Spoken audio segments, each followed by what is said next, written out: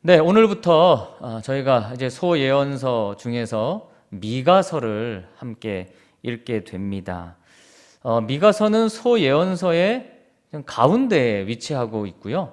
그리고 저희가 미가서 전에 보았던 요나, 그리고 미가 다음에 나오는 나훔, 이 두 개의 책이 니느웨에 대한 말씀이에요. 근데 또 그 가운데 있는 걸로 봐서 어떤 중심에 위치하고 있다, 그렇게 이해할 수 있을 것 같습니다. 특히 미가서는 예수님이 어디서 탄생하는지를 예언한 그런 책이죠. 여러분, 미가서 5장 2절 말씀을 보면, 베들레헴 에브라다야, 너는 유다 족속 중에 작을지라도 이스라엘을 다스릴 자가 내게로 나올 것이라. 그의 근본은 상고의 영원에 있느니라. 그렇게 말씀합니다. 그러면 신약성경 마태복음으로 가보시면 마태복음 2장 4절에 헤롯 왕이 모든 대제사장과 백성의 서기관들을 모아서 그리스도가 어디서 나겠느냐라고 질문을 합니다. 그때 이 미가서를 인용해서 베들레헴이라고 대답을 해요.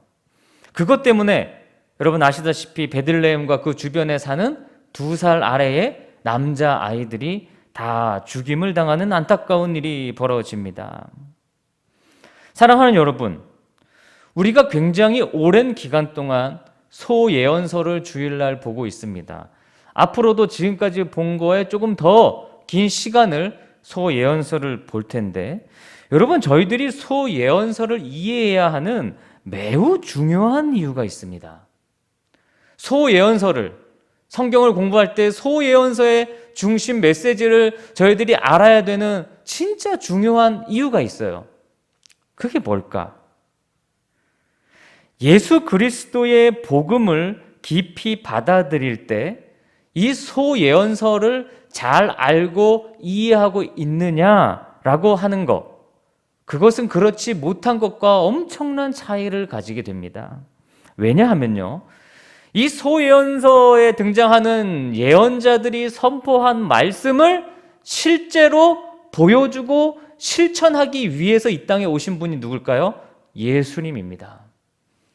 예수님이 이 땅에 오셔서 선포하신 말씀과 그의 삶은 바로 이 소예언자들이 선포한 말씀과 일맥상통하고 그 선포를 살아내신 것을 친히 우리들에게 보여주셨기 때문이에요.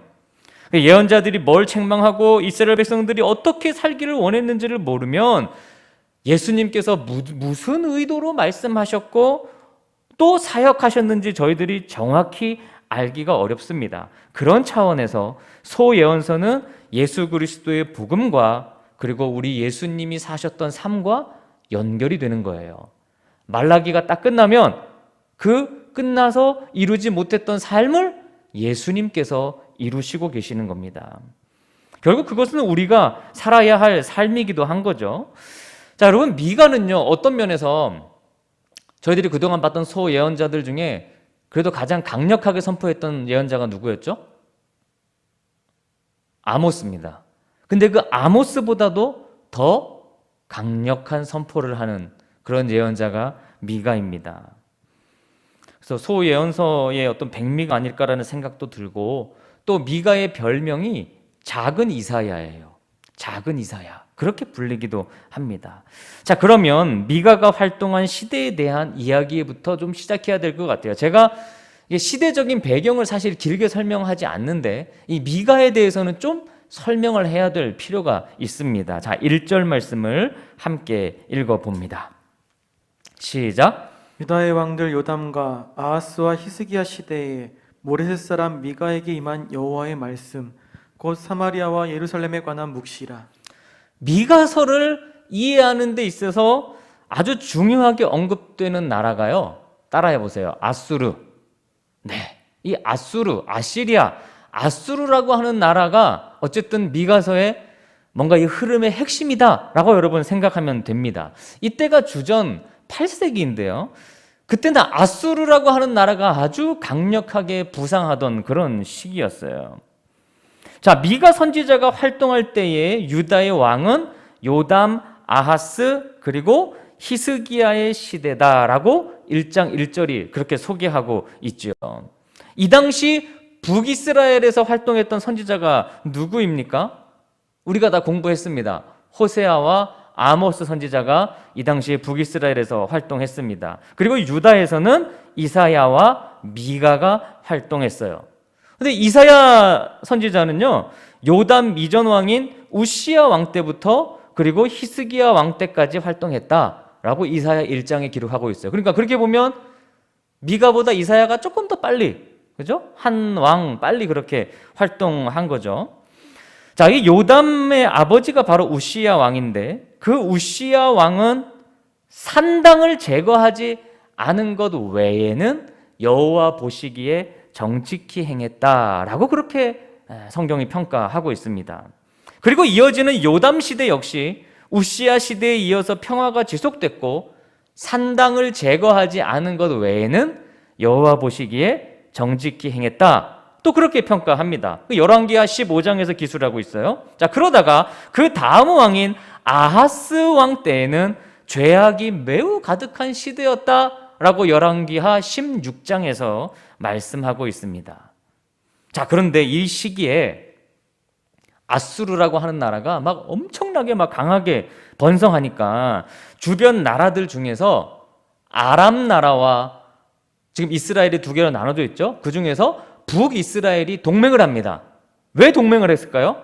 바로 아수르를 대적하기 위해서 아람과 북이스라엘이 동맹을 맺었어요. 그런데 이 두 나라가 동맹을 맺고 아수르랑 대적하려고 해도, 아니, 아수르가 워낙 크다 보니까 남유다에게도 요청을 하는 거예요. 너희도 이 동맹에 합류해라. 우리 같이 아수르를 대적하자. 근데 합류했어요? 안 했어요? 안 했습니다. 남유다는 오히려 아수르 쪽에 가서 붙는 거예요. 그래서 아람과 북이스라엘의 이 동맹이 화가 나서 남유다를 공격하죠. 이게 바로 그 유명한 전쟁입니다. 우리가 소위 내전이라고도 들었던 그런 전쟁입니다. 그때 이사야가 남유다의 아하스 왕에게 두려워하지 말아라. 저 아람과 북이스라엘의 연합군이 온다고 해서 두려워하지 말아라. 하나님이 함께 하신다. 그게 무슨 하나님이에요? 임마누엘의 하나님이 바로 이 전쟁의 배경을 통해 어떤 이사야가 예언했던 그런 말씀이었어요. 하여튼 나중에는 그 아람 북이스라엘 동맹이 아수르에 의해서 멸망당하죠. 북이스라엘이 멸망을 당합니다. 자, 그 이후 아수르는 유다죠. 동맹국가인 남유다. 좀 어렵지만 여러분 잘 이해해 보세요. 이 남유다를 일단 내비둡니다. 뭐 굳이 저거 안 건드려도 나중에 다 뭐 망하게 될 조그만 나라니까 내비둬요. 그때 왕이 히스기야 왕이었어요. 히스기야 왕이 이때를 틈타서 아수르에 반역을 하는 거예요. 그래서 아수르의 그 나라가 유다의 곳곳에 세워놨던 산당들, 그런 것들을 다 제거해요. 우상을 제거해요. 여러분이 잘 아는 그 히스기야 왕입니다. 아세라상을 부숴버립니다. 이 소식을 들은, 반란의 소식을 들은 아수르의 산헤립 왕이 유다의 대략 46개의 성을 초토화시킵니다. 그냥 다 짓밟아 버리는 거죠. 잔인하게 파괴합니다.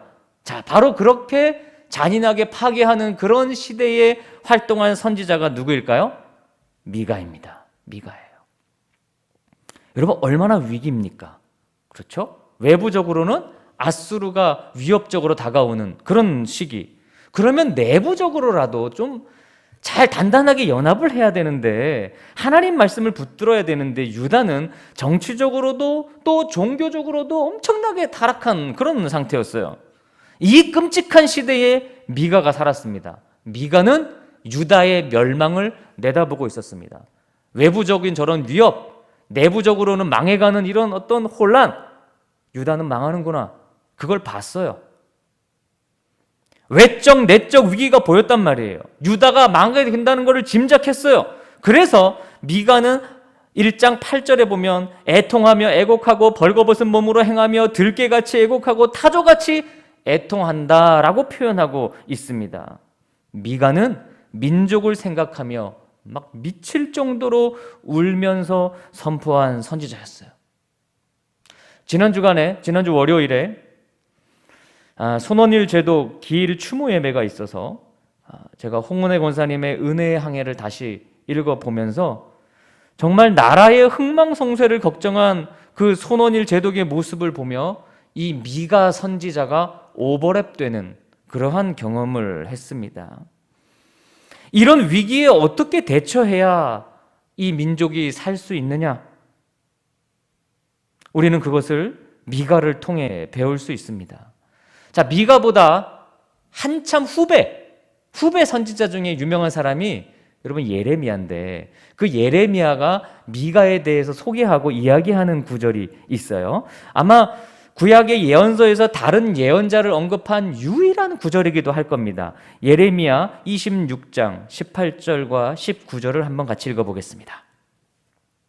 예레미야 26장 18절과 19절입니다. 시작. 유다의 왕 히스기야 시대에 모레셋 사람 미가가 유다의 모든 백성에게 예언하여 이르되 만군의 여호와께서 이와 같이 말씀하셨느니라.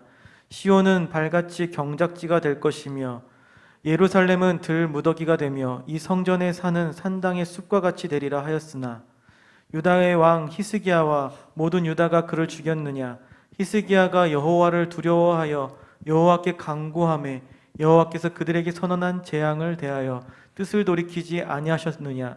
우리가 이같이 하면 우리의 생명을 스스로 심히 해롭게 하는 것이니라. 예, 히스기야 왕이 이 미가의 예언을 듣고도 미가를 죽이지 않고 오히려 그 예언을 통해 회개했다.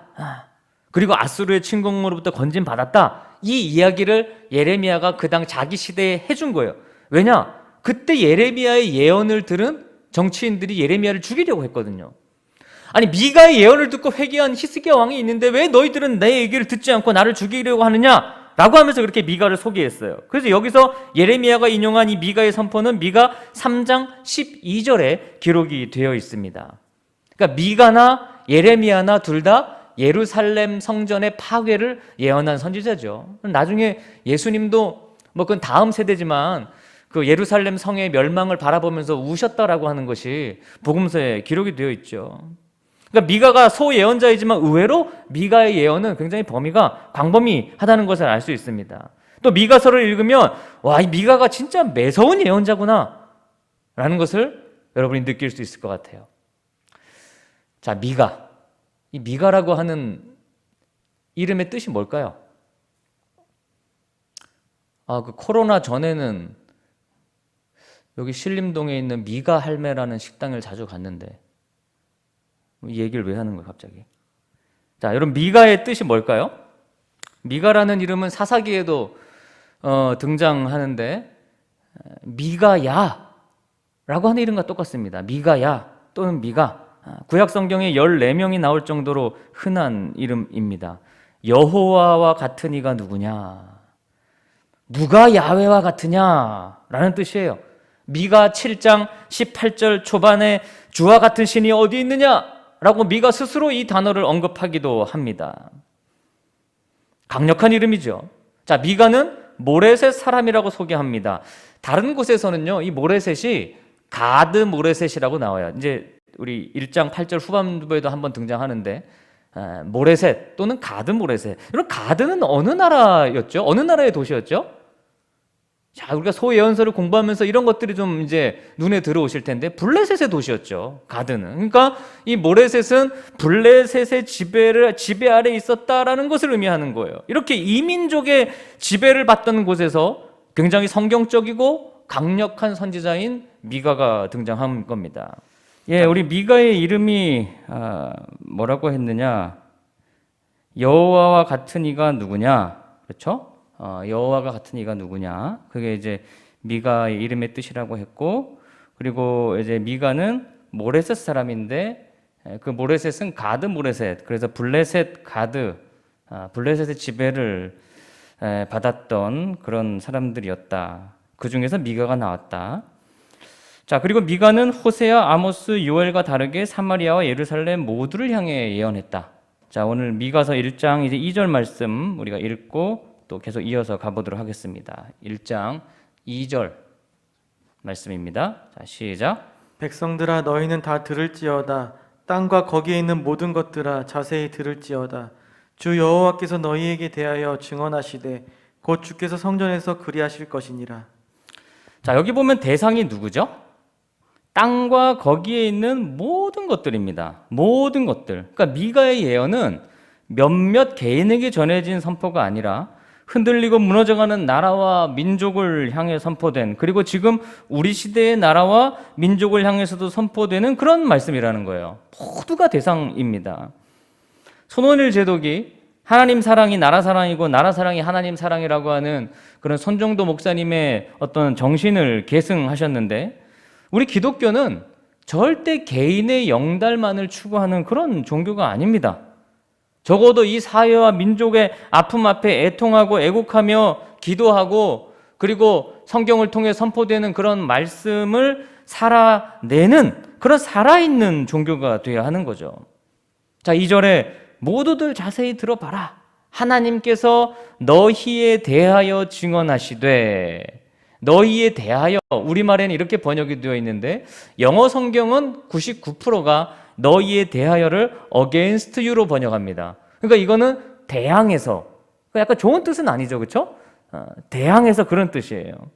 특히 주께서 성전에서 그렇게 대항하고 계신다. 여기 성전은 하늘의 성전이고, 그리고 땅에 있는 성전은 예루살렘인 거예요. 그러니까 하나님이 하늘의 성전에서 저 예루살렘 성전을 against you 하면서 증언하고 있는 겁니다. 저 예루살렘 성전이 어떤지. 그래서 저기는 멸망받고 무너짐 받을 수밖에 없다. 이것을 하나님이 말씀하시는 거예요.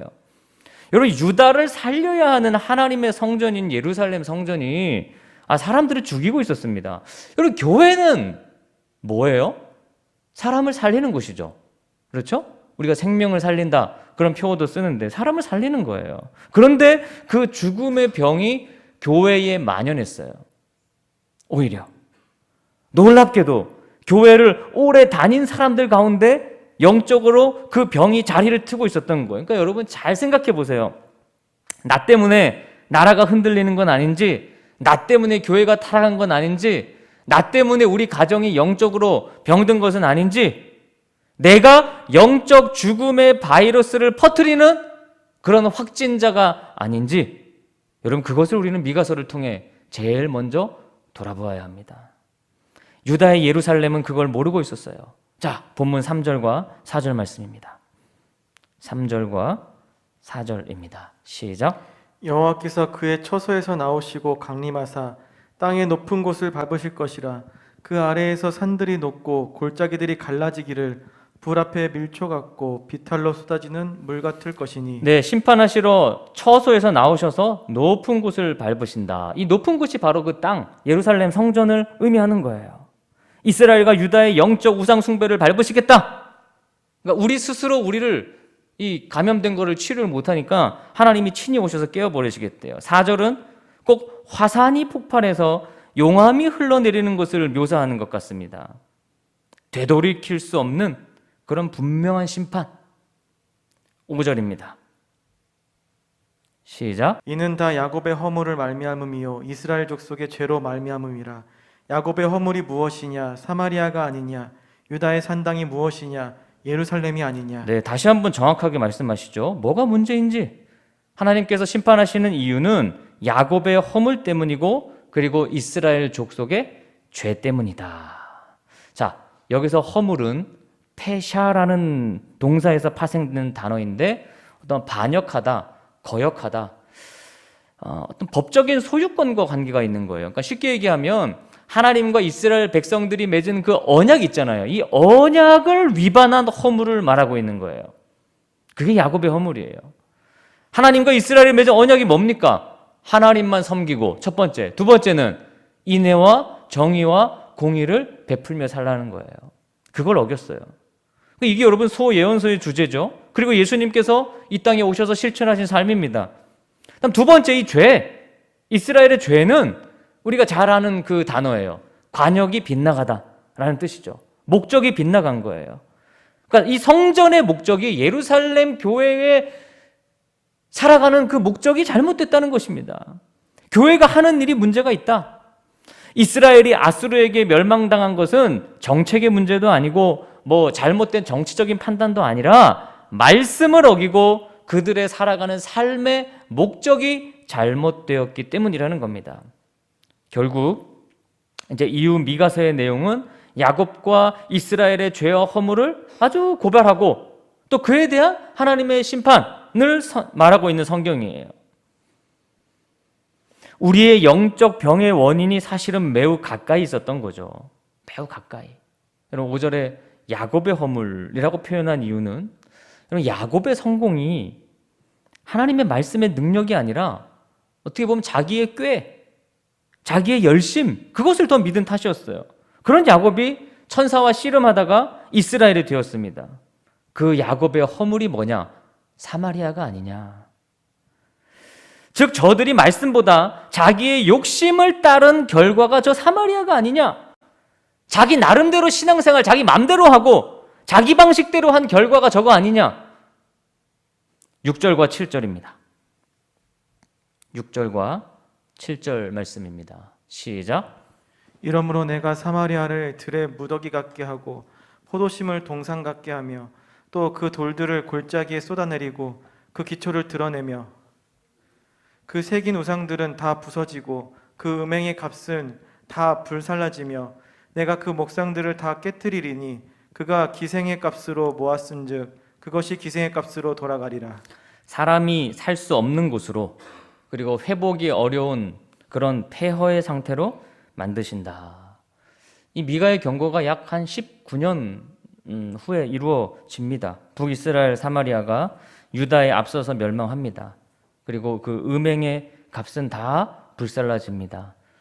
하나님이 아닌 것을 섬겨 이룬 모든 것을 하나님이 멸하십니다. 이들이 얻었다고 생각한 행복, 평안, 기쁨, 그럼 그런 것들이 하나님께로부터 온 것이 아니라 사실은 음행의 값이었다는 거예요.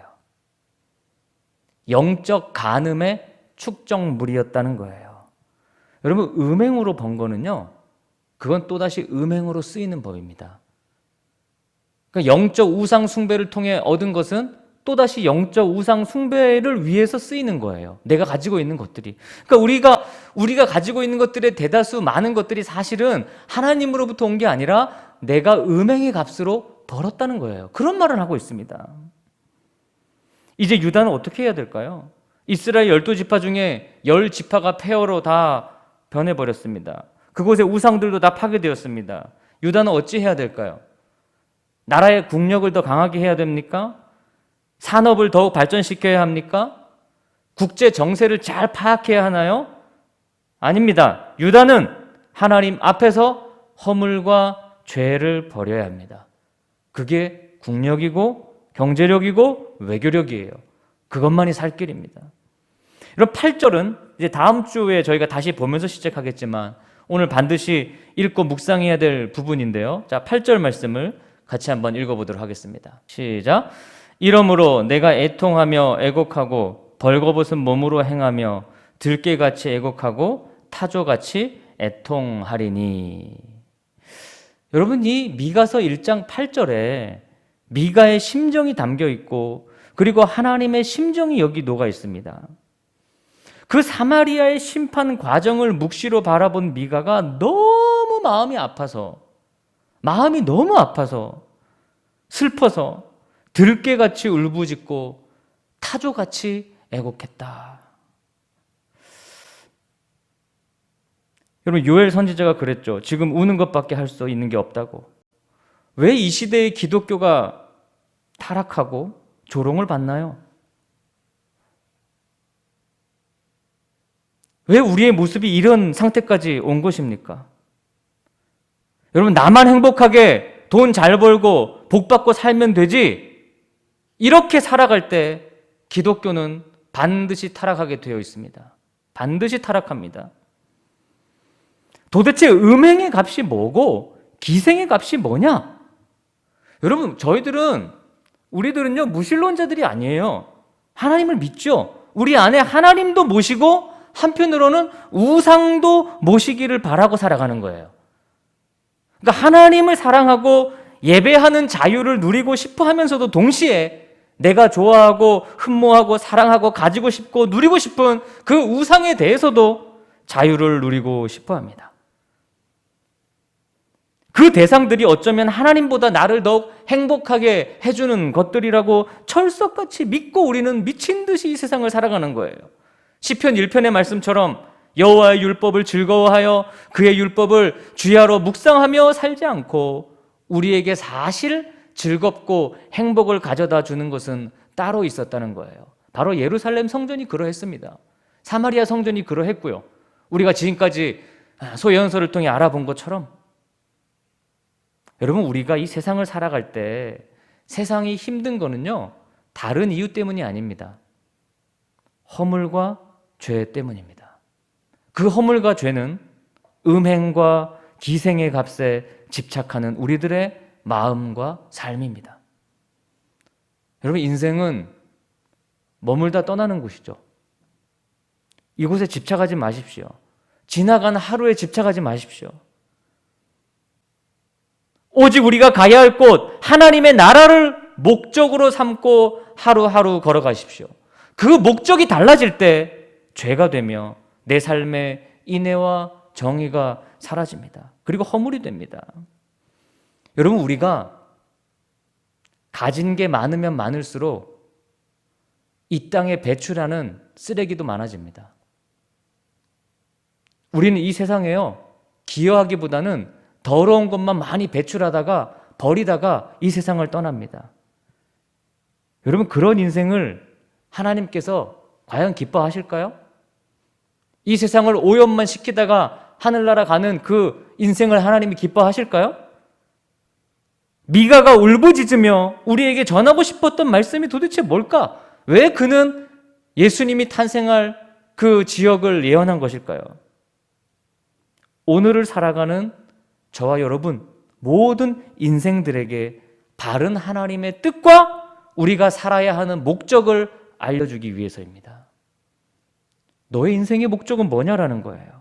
여러분, 마지막으로 고린도전서 10장을 같이 한번 읽어보면서 오늘 이 미가서의 시작을 마무리하려고 합니다. 먼저 고린도전서 10장 1절에서 5절까지의 말씀을 우리 같이 한번 읽어봅니다. 1절에서 5절까지입니다. 여러분 잘 한번 읽어보세요. 시작.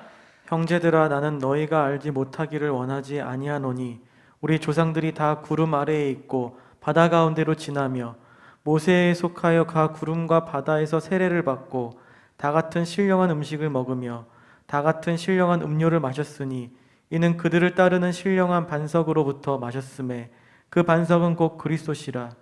그러나 그들의 다수를 하나님이 기뻐하지 아니하셨으므로 그들이 광야에서 멸망을 받았느니라. 여러분, 이 말씀 어떻게 이해되십니까? 저는 이 말씀이 잘 이해가 안 됐거든요. 다들 신령한 말씀을 먹고 음료를 마시고 그리스도로부터 나온 거를 우리가 받는다고 했는데 5절 말씀에 그러나 그들 다수를 하나님이 기뻐하지 않으셨대요. 근데 저는 이 말씀이 이 소예언서를 읽으면서 비로소 이해가 되기 시작했어요. 이제야 이 말씀이 비로소 좀 제 마음에 와닿기 시작했어요. 다 같이 사마리아 성전에, 예루살렘 성전에, 그리고 지금 오늘 살아가는 이 교회에서 우리 모두 다 신령한 음식과 음료를 마시며 교회 다닙니다. 그리스도를 믿는다고 합니다. 그런데 하나님은 그 다수를 기뻐하지 아니하셨다는 것입니다. 그 다수를, 우리 다수를. 그래서 이미 미가 시대에 사마리아가 망했고 유다의 멸망을 예언했고 지금 이 말세의 교회들이 쓰러져 감을 이미 본 것입니다. 자, 그 다음 고린도전서 10장 6절에서 11절 말씀입니다. 6절에서 11절까지입니다. 시작. 이러한 일은 우리의 본보기가 되어 우리로 하여금 그들이 악을 즐겨 한 것 같이 즐겨하는 자가 되지 않게 하려 함이니 그들 가운데 어떤 사람들과 같이 너희는 우상 숭배하는 자가 되지 말라. 기록된 바 백성이 앉아서 먹고 마시며 일어나서 뛰논다 함과 같으니라. 그들 중에 어떤 사람들이 음행하다가 하루에 23,000명이 죽었나니 우리는 그들과 같이 음행하지 말자. 그들 가운데 어떤 사람들이 주를 시험하다가 뱀에게 멸망하였나니 우리는 그들과 같이 시험하지 말자. 그들 가운데 어떤 사람들이 원망하다가 멸망시키는 자에게 멸망하였나니 너희는 그들과 같이 원망하지 말라. 그들에게 일어난 이런 일은 본보기가 되고 또한 말세를 만난 우리를 깨우치기 위하여 기록되었느니라. 할렐루야. 왜 미가서가 우리에게 기록됐습니까? 말세를 만나 우리를 깨우쳐 주기 위함입니다. 우리에게 본보기가 되는 것입니다. 여러분 이해가 되십니까? 바른 신앙생활인지 아니면 음행의 값을 쫓는 삶인지 한 끗 차이입니다. 아주 한 끗 차이예요. 저는 소예언서를 공부하면서 더욱 깨닫게 되는 것은 오늘날 교회의 다수가, 이 교회를 다니는 사람들의 다수가 자기도 모르는 사이에 악에 빠져 있다는 것을 느끼고 있습니다. 바로 미가가 그것을 봤던 거예요. 그래서 그는 1장 8절 말씀처럼 들깨처럼 울부짖었고 타조처럼 애곡했어요. 다들 교회를 다니지만 결국 망하는구나 라면서 미가가 막 울부짖은 거예요. 타조처럼 들깨처럼. 하나님 어찌하면 좋습니까? 미가는 멸망을 봤던 겁니다. 외적으로는 아수르가 쳐들어오는 위기가 닥쳐오고 있고, 내적으로는 교회라고 하는 그런 단체들도, 종교들도 다 타락해져 있고 기생의 값을 쫓는 그 현실을 보면서 우리 유다도 이제 망했구나 라며 울부짖었던 거예요. 이게 미가서입니다. 여러분, 말세를 살아가는 우리들에게 이 미가서의 말씀이 제발 본보기가 되면 좋겠습니다. 그래서 우리의 허물을 다시 바로잡고 우리의 죄를 바로잡아서 정말 우리가 바른 목적을 가지고 이 말세를 살아가기를 주님의 이름으로 축원합니다. 여러분의 삶의 방향과 목적이 이 미가서를 공부하는 동안에 바뀌어지시고 고쳐지시기를 주님의 이름으로 축원합니다.